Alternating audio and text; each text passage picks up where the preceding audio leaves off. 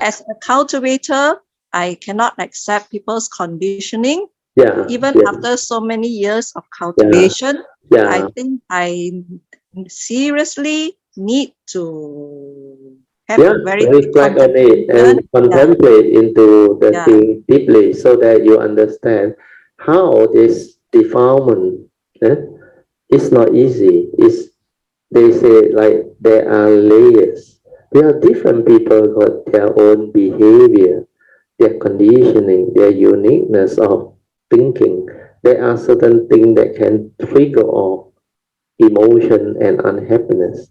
Like I used to share with you, or certain people, you talk on a certain topic that they don't like you step on their tail, they immediately spring forward and they attack you or get angry.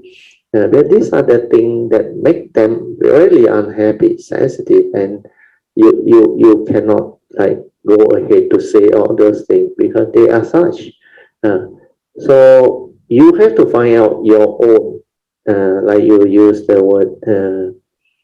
I use the word conditioning because these are what we are conditioned into behaving, reacting. Then, like I say, your expectation, which you mentioned, is what is causing you to be what you are. How it caused all those things to be triggered because you have certain expectation of how this friend should behave. So reflect on that. How can I, in the next instant or in future, not react in such a way? How can I overcome the expectation? Means you haven't had the ability to apply a full range of acceptance of the way people are.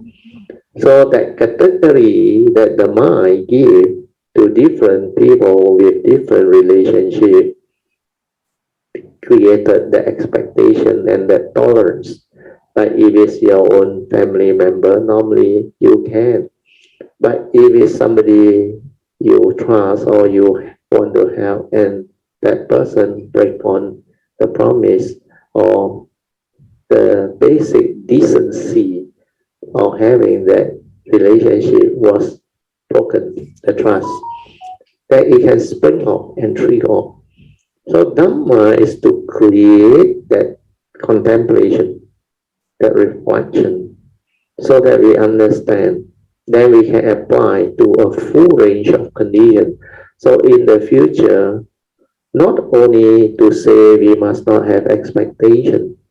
No, the understanding is people are just the way they are. Reflect deep into it. Condition like that, things will like that. The world is the world. And people are just the way they are. Means whatever that type of behavior or character or belief system, they are just the way they are. Means it apply to the full range. Then we can accept. Then we have to see how we attach to certain type of views, opinion, and conditioning that our own thought process has set up in the early days before we have the Dhamma. Then that is the one that continue to come back to habitual tendency through conditioning to actually promise to behave that way, that line of reaction to uh, sense experience when you encounter situation or people or whatever that you come across in life. So this is how my nature will reflect and contemplate. And I was lucky that in the past I had the cultivation. That's why I straight away have the understanding and I can apply. Then I share with you all. Learn to see things as they are, like the Buddha always say. When conditions like that, things will be like that. And people are just the way they are. The world is the world. Easier said than done. That's why for you it's very good now. Because you see it.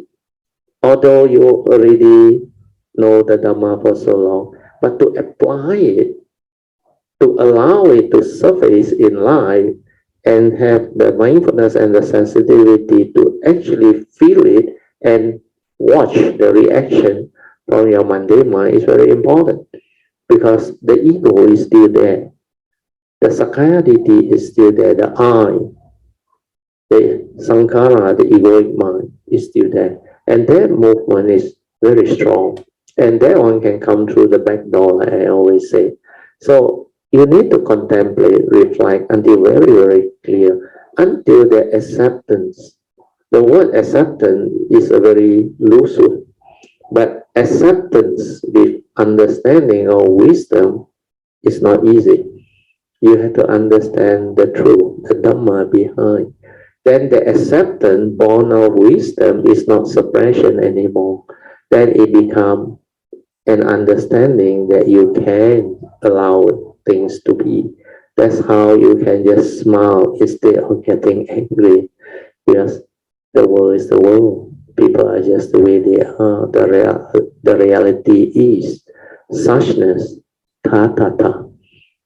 So this aspect is very important, very beautiful, and you bring up a very important cultivation point or aspect.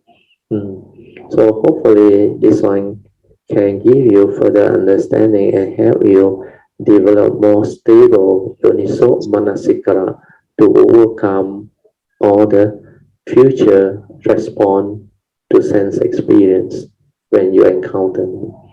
Okay, Vijay? Yeah, virtual. What you say earlier, acceptance with understanding and wisdom. Very important. It is one of the key points that as a cultivator, we have to learn and be with that type of mind state that, as things comes to us, we are able to deal with this with understanding, not like I say, just suppression itself. Yeah, no point. Or blaming yourself, no point. Or reasoning or correct. Analysis and reasoning, no point. because even like what happened, I tell myself, he's just like that. But I can see from my reply to myself. That is what the thought say. Yeah, it's not wisdom. It's not wisdom. It's the knowledge. It's what the thought say. That's why a lot of Buddhists, so-called Buddhists, they use this word. Let things be lah.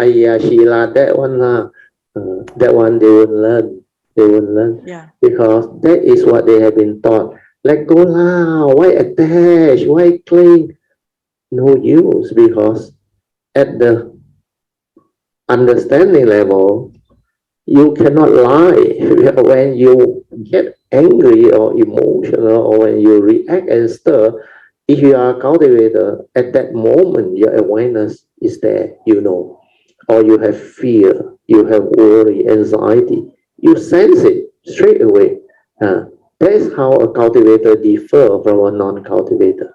And when you sense it, it actually is the beginning of cultivation. Then how you develop the understanding to be free of it, and that one takes stability or wisdom.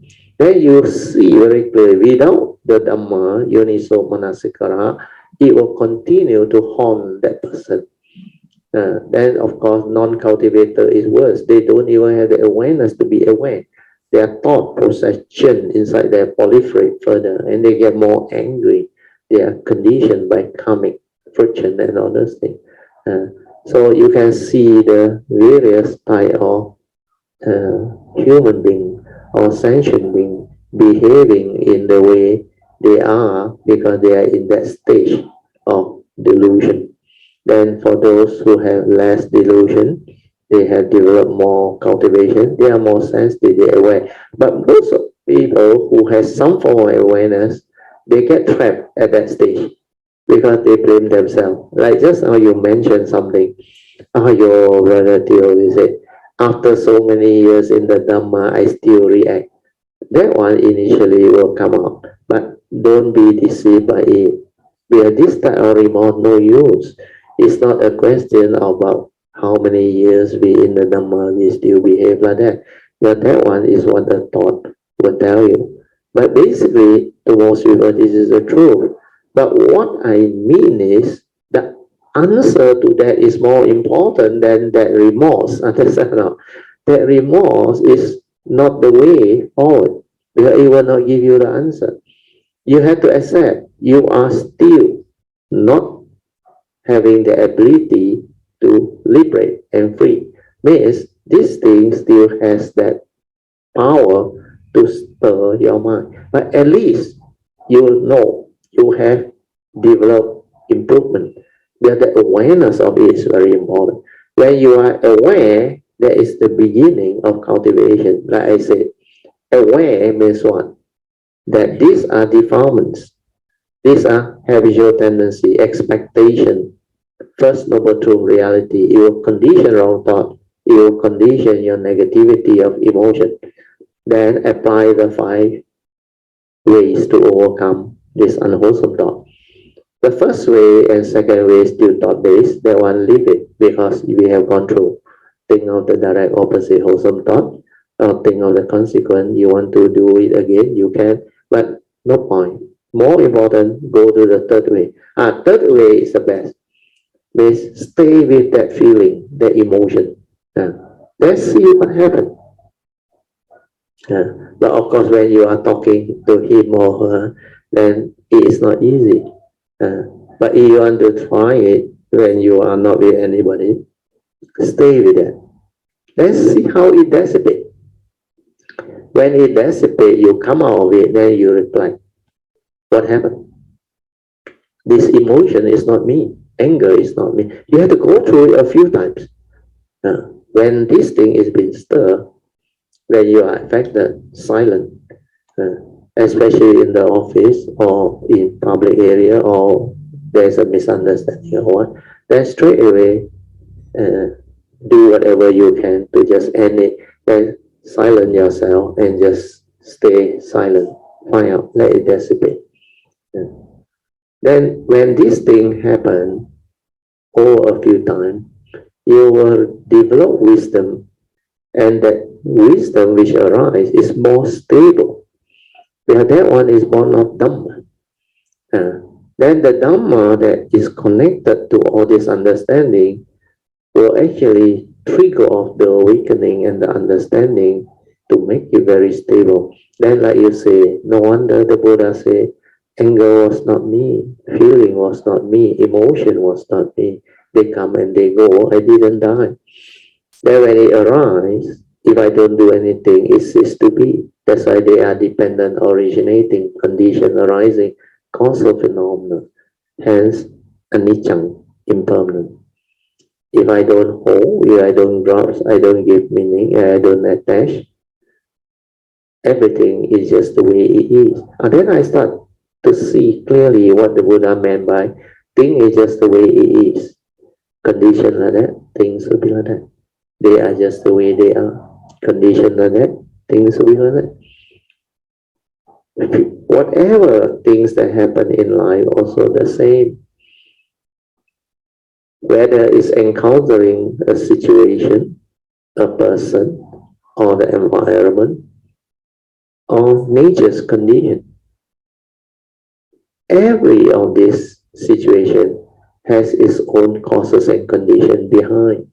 That's why that is the reality. So the Buddha said, whatever happened is the reality. We need to accept.